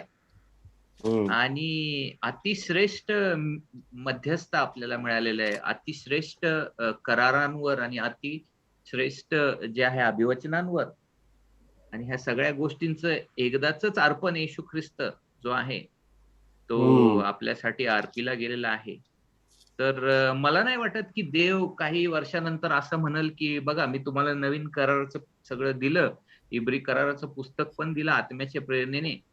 पण आता मी काय करतो थोडंसं तुम्हाला परत एक चेंज करून तुम्हाला देतो, की पुन्हा एकदा आपण त्या अर्पणांकडे वगैरे गेलं पाहिजे. किंवा ते जे यरुशलेममध्ये होणार आहे वगैरे. हम्म. तर एका प्रकारे देव माघार घेत आहे आणि एका प्रकारे पुत्राची जी परिपूर्णता आहे त्याच्या कार्याची अ, एका प्रकारे त्याची एका प्रकारे सहज घेतल्यासारखं ते आहे. तर आता जेव्हा एक यहुदी व्यक्ती विश्वास ठेवतो सुवार्तेवर, तर तो आपल्या मंडळीमध्ये होऊन आपल्या ज्या आध्यात्मिक आशीर्वाद आहेत त्याच्यामध्ये तो सामील झालेला आहे. असं तो प्रथम श्रेणीचा आहे, आपण द्वितीय श्रेणीचे आहे असं नाही. तर अगोदरच्या मंडळीमध्ये पण आपण पाहतो की यहुदी पार्श्वभूमीतले परराष्ट्रीय सहवारीस एक कुटुंबामधले, एक आध्यात्मिक कुटुंबामधले दोघांना तेच अभिवचन आता मिळालेले आहेत. दोघं विश्वासाने आता अब्राहमाचे पुत्र व कन्या, दोघांचा ख्रिस्त येशूमध्ये बाप्तिस्मा झालेला आहे. तर कदाचित ते यरुशलेम मध्ये मंदिर बांधण्यात येईल आणि कदाचित ते चालू करतील अर्पण, पण मला नाही वाटत ते देवाला मान्य असे अर्पण आहेत. ते कल्चरली किंवा एथनिक रीतीने चालू ठेवतील. पण आपण असं डळमळता कामा नाही की मी काहीतरी माझ्यामध्ये कमतरता आहे, तिथं गेल्यावरच मला जास्त अजून काहीतरी आध्यात्मिक मिळेल, तसं नाहीये. सर्व आध्यात्मिक अद्भुत आशीर्वादामध्ये ख्रिस्त येशूमध्ये आपण आलेलो आहे आणि ते जेव्हा विश्वास ठेवतील शेवटच्या काळी, ते आपल्यामध्ये आपल्या सहवारीस होतील. आपण आध्यात्मिक खरं इस्रायल आहोत. God's Israel, the church. Pastor Vineet आता ज्याप्रमाणे म्हणाले त्या संदर्भामध्ये पुढं आय स्टँड विथ इस्रायल याविषयी कसं विश्लेषण करता येईल? आता एक एक एक गोष्ट आहे की माझ्या मते आपल्याला सगळ्यांना काहीतरी आपल्या माइंड मध्ये थोडस पार्श्वभूमी असते इस्रायल बद्दल, एक सहानुभूती असते. कारण आपला इतिहास जो आहे आपण पण ट्रेस करू शकतो, अब्राहमाचे वंशज आपण पण विश्वासाने. तर थोडस आपल्या मनामध्ये एक संवेदना असती किंवा एक सिंपती असती. तर बऱ्याचशा लोकांना एकदमच हा हॉट बटन टॉपिक होतो, विस्फोट होतो विस्फोट होतो वगैरे. तर मला जे दुःख वाटतं की स्वर्गीय यरुशलेम बद्दल आपण एवढे एक्साइटेड का नाही? कारण बायबल आपल्याला सांगतं की आता तुम्ही त्या हेव्हनली जेरुसलेम कडे आलेला आहात. आणि दर संडेला आपण जेव्हा आराधना करतो तेव्हा वर जे खरं यरुशलेम, आध्यात्मिक यरुशलेम किंवा जे आहे त्या संगती आपण नाही का, इब्री मला वाटतं 13 मध्ये आहे का 12 मध्ये, की you are already joined with the heavenly Jerusalem आता. तर त्याबद्दल जास्त एक्साइट व्हायला पाहिजे आपण. सत्य शेवटी अल्टिमेट जे आहे त्या यरुशलेमकडं इब्री 11 मध्ये लिहिलंय की आपले पूर्वज जे आहेत they were not looking for a earthly city म्हटलेलं आहे, but for the city whose maker and builder is God. Yes, थोडं विचार करण्यासारखं आहे ना. Yes. Abraham was better than this hockey ponky scholars. Hebrews 11:10 इब्री 11 आणि 10 मध्ये तो कशाची वाट पाहत आहे? तो एका सिटी ऑफ गॉड, कारण पाय असलेल्या व देवाने योजलेल्या व बांधलेल्या नगराची तो वाट पाहत आहे. त्यालाच तुम्ही आता हेवनली जेरुसलेम म्हटलेले आहे. तर अब्रामाला सुद्धा कशाची उत्कंठा लागलेली होती? तर देवाच्या नगरीची, देवाने योजलेल्या व बांधलेल्या नगरीची. तर तो एका विशिष्ट जॉग्राफिकल पॉलिटिकल लँड बद्दल तळमळ करत नव्हता. तर त्याचं लक्ष आणि बाकीचे जे इब्री 11 मध्ये जे दुसरे संतगण आहेत त्यांचं लक्ष सुद्धा त्या हेवनली येरुशलेम कडे, द सिटी ऑफ गॉड कडे होतं. हेच आपल्याला इथं पाहायला भेटतं. आणि त्याच प्रकारे बायबल जे आहे आपल्याला उत्पत्तीच्या पहिल्या भागात दाखवतं पॅराडाइज लॉस्ट, आणि शेवटी दाखवत आहे की through the blood of Jesus the final second Adam, the true Israel, the paradise is restored and regain. तर बायबल अशा रीतीने मी तरी बघतो. आणि त्या देवानी योजलेल्या बांधलेल्या शहरामध्ये निवडलेले यहुदी आहे आणि निवडलेले परराष्ट्रीय आहे. Elect Jews and elect gentiles. So I stand with the chosen Jews and chosen gentiles. That is the bride of Christ. Actually, my question was when the slogan came out, I stand with Israel. wha- Actually, does it has to do with the s- the spiritual Israel or the political Israel or the war that presently happening and the support that you need to give, whether you want to support Israel in continuing that war or you want to stand with Palestinians continuing that war. त्याबद्दल होतं ना. मला वाटतं की national Israel बद्दल होतं ते. हा, तर मग आणि त्याच्यामध्ये मग आपण I don't stand with Ethnic, Israel ethnic. Because Israel has killed Jesus Christ. Do you think that that will really fit into the logic?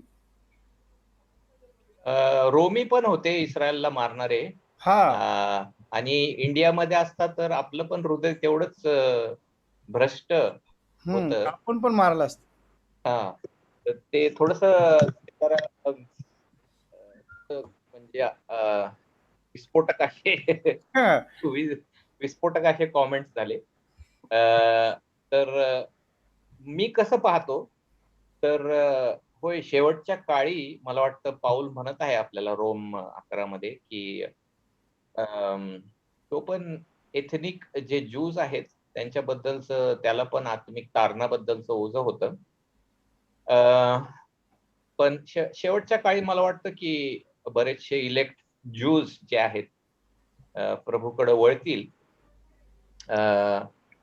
आणि त्या दृष्टिकोनातून मी जेव्हा हिस्ट्रीकडे पाहतो तर मी म्हणू शकतो की देव प्रॉव्हिडेन्शियली त्यांना राखत आहे, एवढ्या अडीअडचणीतून वगैरे वगैरे राखत आहे. Not because they are spiritual Israel, but because देवाची अंतिम इच्छा आहे की बरेचसे जे इलेक्ट ज्यूज आहेत सत्य शेवटी त्यांचं तारण व्हावं व ते ख्रिस्ताकडे यावे. तर मला वाटतं त्या कारणामुळं एवढे सायंटिस्ट त्यांच्यामधून आलेले आहेत आणि आजूबाजूचे राष्ट्र एवढे टपून असतील त्यांच्यावर, तरी एका प्रकारे देवाने प्रॉव्हिडेन्शियली त्यांना राखलेलं आहे. पण सत्य शेवटी मला वाटतं not to make to people of God, but so that the elect Jews will be saved and brought into the one bride of Jesus Christ. त्या दृष्टिकोनातून आपण देवाला धन्यवाद देऊ शकतो की हिस्ट्रीमध्ये कसं देव तू कार्यरत आहेस इतिहासामध्ये. I think we should look at that particular statement like I stand with North Korea or I stand with South Korea. Okay. हा, हो. मला Yeah. वाटतं की देर आर लेसर्स असं आपण म्हणू शकत नाही की नॅशनल इस्रायल मध्ये काहीही त्यांनी नाही का भ्रष्ट असं काहीच केलेलं नाही. फॉर एक्झाम्पल आपला शेजारचा राष्ट्र जो आहे, आपण पाहतो की पहिलं तो हल्ला करतो आणि त्याला प्रतिकार म्हणून इन दिस बाउंड्रीज आणि हे नेशन्स आणि जे आहेत त्यामध्ये खूप लेजिटिमेट आहे की जिथून हल्ला होत आहे तिथलचे टार्गेट हे करणं. इट सीम्स लाईक हे पॉलिटिकल ह्याच्यामध्ये आलं. आणि जनरली आपण पाहतो की Israel does not have first attack policy and they have been really treated more than other ethnicities. मला वाटतं हिस्ट्रीमध्ये त्यांना भयंकर असं वागवलेलं आहे. So if we are taking a stand, we cannot give Bible reference saying that I don't stand with Israel because Israelis have killed and all Israelis are not saved, or I stand with Israel because Israel is having a special favor, favorite of God and Hmm. etc. etc. I Yeah, don't we think have to think both very of the carefully. reasons are very illegitimate. It's like Yeah. if the same war would have happened between South Korea and North Korea, none of us would have bothered to talk about, I stand with North Korea or I stand with South Korea because Hmm. it's not there in the Bible. So, बरोबर. At the same time, आपण पाहतो की there is degrees of just nations. मग आपण म्हणू शकतो nobody is perfect, nobody is a yeah, just nation. absolutely. अ, अगर तर India और इजराइल का वॉर हुआ तो who will you stand with? हाँ? इंडिया और अरे इजराइल रिकॉर्ड हो रहा है भैया, ये सब रिकॉर्ड हो रहा है, रिकॉर्ड बंद कर दो. बंद कर दो क्या? नहीं नहीं, इंडिया इंडिया और इसराइल का वार होगा तो since I am Indian I stand with India. Right. So it doesn't make any sense to say that I stand with Israel, right? Eventually you या have to stand with your own country. या absolutely. सो तो not ये much जो people. Slogan है बहुत सारे लोगों के लिए ये स्लोगन एक प्रकार का स्पिरिचुअल कुछ मंत्रा के जैसा उन्होंने बनाया। हाँ. अरे सिर्फ नहीं नहीं, वो डिस्प्ले एक अपडेट एक्चुअली करना है और कुछ नहीं जी करना है. वो पॉलिटिकल सपोर्ट के लिए बनाया फेसबुक था. पॉलिटिकल सपोर्ट के लिए बनाया था.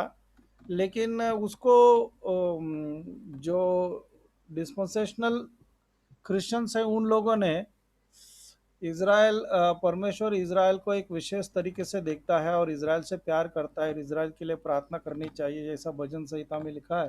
That is Christian Zionism also. हाँ, तो वो हिसाब से उन्होंने फिर उसको वो एक रिलीजियस एंगल दे दिया. हम्म हाँ, और उसके ऊपर बहुत सारे फिर व्हाट्सएप में बड़े बड़े लोगों ने बड़े बड़े टिप्पणियां लिखी. तो मैंने सोचा क्योंकि ये सब जो आपने पास्टर मंगेश ने बताया, this is part of continuity and discontinuity. How do you know बरोबर. see that one, and that's why I thought, okay, let's relate that one even to this particular political statement, Amen. which was अभी हाँ, unnecessary अभी to ऐसा capitalize. Particular political nation हाँ. Are not nation of God.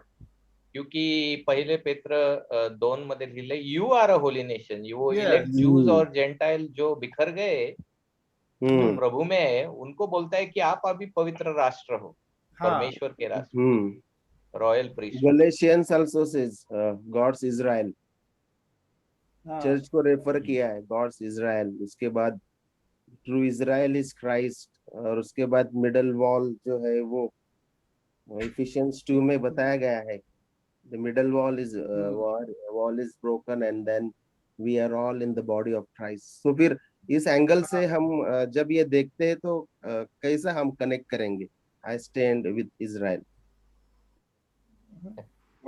Read the full सीधा. Bible बोलने का हाँ, आगे ना लगे. सीधा सीधा सीधा पॉलिटिकली सोचना है उसके बारे में. हाँ हाँ बाकी हाँ हाँ हाँ, उसमें अगर आप स्पिरिचुअल इज़राइल रिलीजियस के कुछ नहीं इतिहास. है। हाँ, हाँ, इट्स ए कंप्लीट पॉलिटिकल है और हम्म मनी है, उसमें मनी इन्वॉल्व है. हम्म. अभी वार होगा तो वेपन्स का बिजनेस होगा, वेपन्स का बिजनेस होगा, क्या क्या किसका किसका बिजनेस होगा. War is a great opportunity for economy, no. तो मुझे लगता है कि दोनों बाजू जो लोग मर गए उनका दुख होना चाहिए अपने को, क्योंकि बच्चे हाँ. लोग भी दोनों दोनों बाजू में मर गए, उनके फैमिलीज, वो नहीं, उनके पैलेस्टीनियन फैमिलीज. क्रिश्चियंस भी है ना. बहुत सारे पैलेस्टीनियन क्रिश्चियन भी हम्म प्रार्थना कर रहे हैं. हम्म हम्म हम्म. तो और दोनों बाजू के लोगों ने मसीहा को जान के प्रभु में आना चाहिए. बस. यस वो भी एक. राइट। हम्म. तो ये बहुत ज़रूरी है क्योंकि फिर नहीं तो फिर क्या है, कंटिन्यूटी डिसकंटिन्यूटी जो है उसको थोड़ा सा अलग से लोग सोचते हैं और फिर एक एक स्टेटमेंट के ऊपर एक एक अलग तरीके से अगर टिप्पणी करेंगे तो थोड़ा मुश्किल हो जाता है. सही बात है. और दूसरी बात एस्केटोलॉजिकल व्यूज भी जो है अलग अलग है। हम्म. उसके द्वारा भी बहुत सारे अलग राय जो है वो पेश की जाती है। सामने आती है, जरूर आती है. हम्म। वो एस्केटोलॉजिकल व्यूज के वजह से ही तो थोड़ा इशू होता है ज्यादा, और स्पेशली इसमें तो ज्यादा होता है क्योंकि बात इजराइल की आती है। हम्म। तो कुछ लोगों का जो हर्मेनेटिक्स है वो इजरोसेंट्रिक है, हम्म। and there are some reformed churches who have Christocentric hermeneutics. तो हम्म। जो इसरो सेंट्रिक है वो जोग्राफिकल पॉलिटिकल चीजों को ज्यादा अहमियत देते हैं, और बाइबल की जो भविष्यवाणी मसीहा के पहले आने से पूरी हो गई है तो वो मानते नहीं, तो वो हर एक चीज वो डायरेक्ट फ्यूचर में डाल देते। कनेक्ट करते हैं बिना। Everything in millennium, not here, in connect first करते कमिंग, फर्स्ट कमिंग। कनेक्ट अगर करते आप वालवुड, रायरी या पेंटिकॉस्ट पढ़ेंगे तो almost everything they will push forward in millennium, या दैट्स ऑल। यही तो बात है। तो एस्केटोलॉजिकल जो राय है उसके ऊपर भी ये डिपेंड है, आई स्टैंड। या और एक चीज है कि वो पब्लिक प्लेटफॉर्म पे ना ये बहुत ही ये होता है, बहुत ही स्पाइसी इशू है। तो मिश्रण। ऐसा नहीं होना चाहिए कि लोग बोलेंगे यार ये मतलब हमारे में और बाकी जो हीटेड डिबेट होते हैं उसमें हम्म। कुछ फर्क ही नहीं है। तो हम्म। क्योंकि मुझे मेरे चर्च के यंग लोगों ने भी बोला कि कभी कभी अपने रिफॉर्म्ड इसमें भी बहुत ही स्पाइसी पब्लिक ये होता है, तो थोड़ा सा लोगों को लगेगा कि नहीं क्या हम्म। ब्रदरली लव और ये इसमें हेल्दी डिस्कशन करो ना with respect for one another. Hmm. Absolutely. Right right. Yes. तो मैंने बहुत 2-3 सप्ताह राह देखी, और आज मैंने थोड़ा सा डाल दिया था एस्केटोलॉजिकल व्यू के बारे में। तो यस। नहीं तो वो एक ही अपना लोग लेके बैठे हैं, अपना स्कोफील्ड और जॉन डर्बी, तो वो नहीं चलेगा। तो बराबर। रिफॉर्म चर्चेस में ये तीनों भी जो है इसको जगह है, तीनों भी व्यूज को जगह है, तो हम लोग सप्रेस नहीं कर सकते। और कोई हम्म। भी ऐसा नहीं हम्म। बोल सकता है कि I got all the eschatology, that बराबर। guy will be the foolish guy, I think. If somebody says बराबर। that I got the complete eschatology details, hmm. Absolutely. Hmm.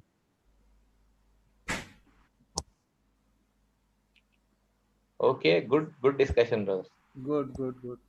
Nilesh sir, बोलो। अरुण बोलतोय. बोला।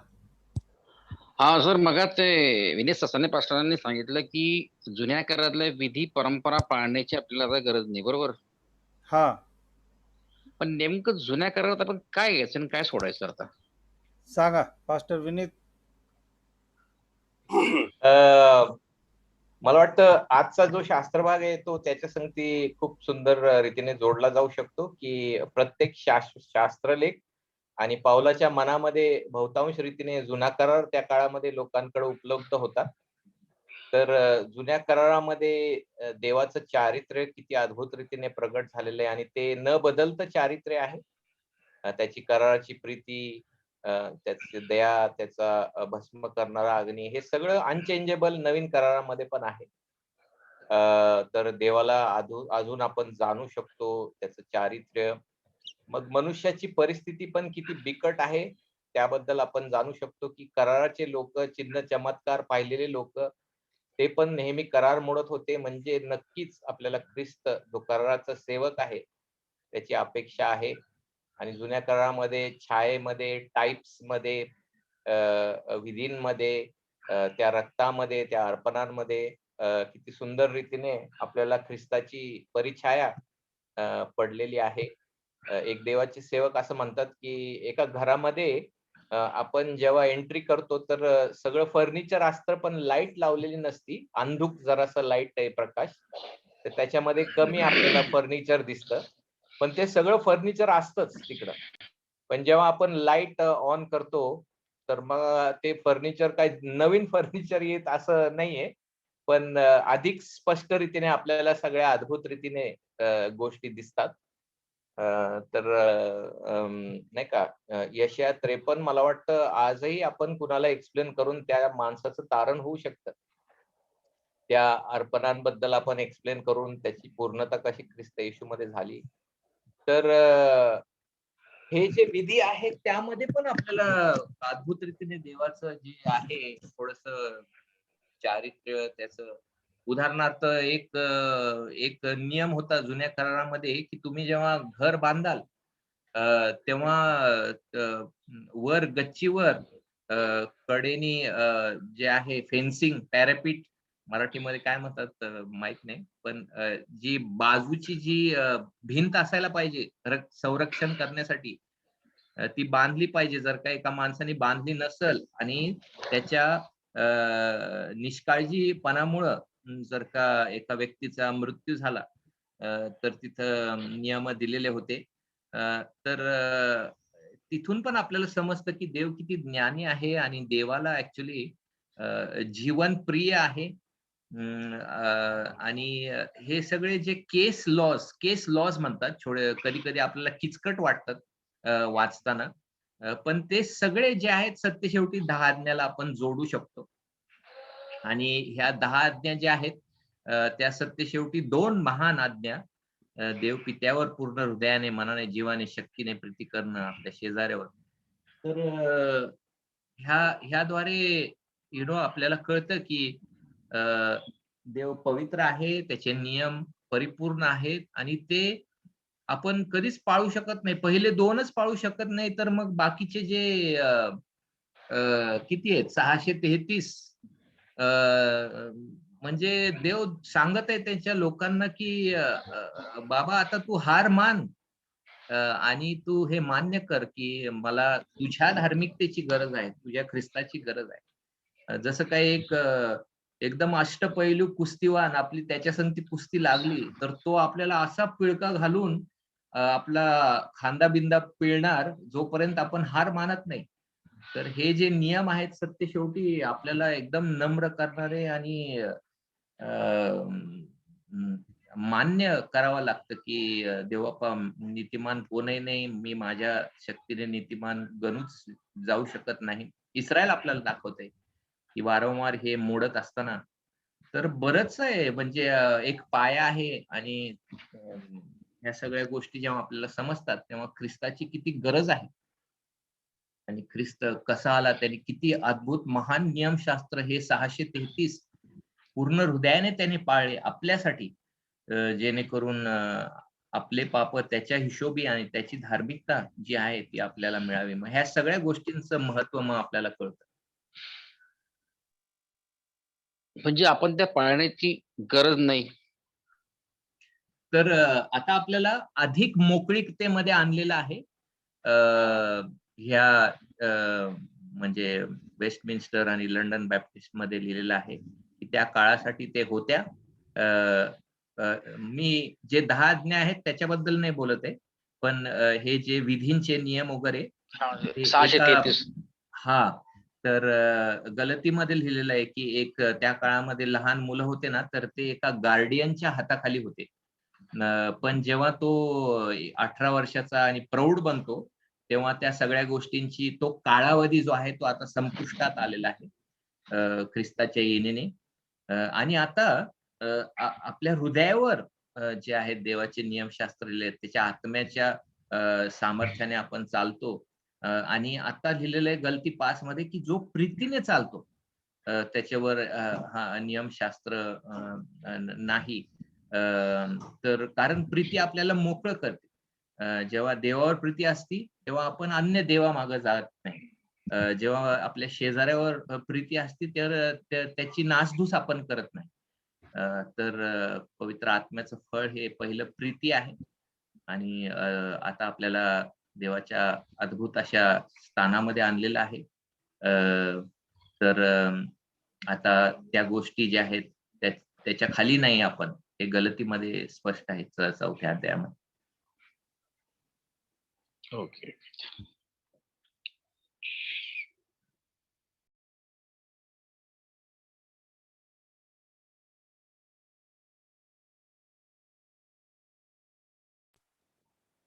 जर काही प्रश्न नसतील तर आपण हे सेशन या ठिकाणी समाप्त करूया. कुणाचे काही प्रश्न आहेत का?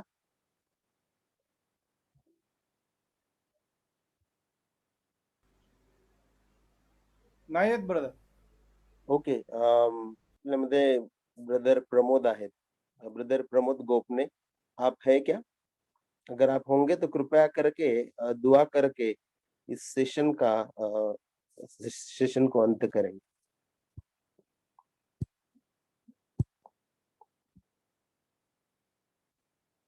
मेरी आवाज सुन सकते हैं? Yes brother. आइए हम परमेश्वर का धन्यवाद करें। परमेश्वर पिता, तेरा बहुत बहुत धन्यवाद हो जिस तरीके से तेरे वचनों को सीखने के लिए मौका दिया है। परमेश्वर पिता, तेरी महिमा हो, क्योंकि जिस विचार और जिस सोच से चल रहे हैं उससे हटकर तेरे वचनों में बातें साफ साफ दी है। यह हमारे लिए सम्मान की बात है कि परमेश्वर पिता तेरे वचनों को हम आसानी से समझ सकते हैं। धन्यवाद करता हूँ इस सेशन के लिए जिसमें परमेश्वर पिता आज के विचारों के अनुसार नहीं, लेकिन परमेश्वर के वचनों के अनुसार हमको चलने के लिए मार्गदर्शन मिलता है। तेरा धन्यवाद हो इस संगति के लिए, इस डिस्कशन के द्वारा तेरी महिमा हो। तुझमें और तेरी बातों में बने रहने के लिए हम पर कृपा दे। हमारे जीवनों के द्वारा तेरी महिमा हो। प्रभु यीशु मसीह के नाम से मांगता हूँ, सुन ग्रहण कर पिता, आमीन। आमीन। Amen. Amen. Thank you very much. Thank you, brother. Thank you. Thank you. Thank you, brother Roshan. You're welcome. Thank you, Thank brother you, everyone, Roshan, for discussion. and everyone. Bye bye. Bye bye. Bye.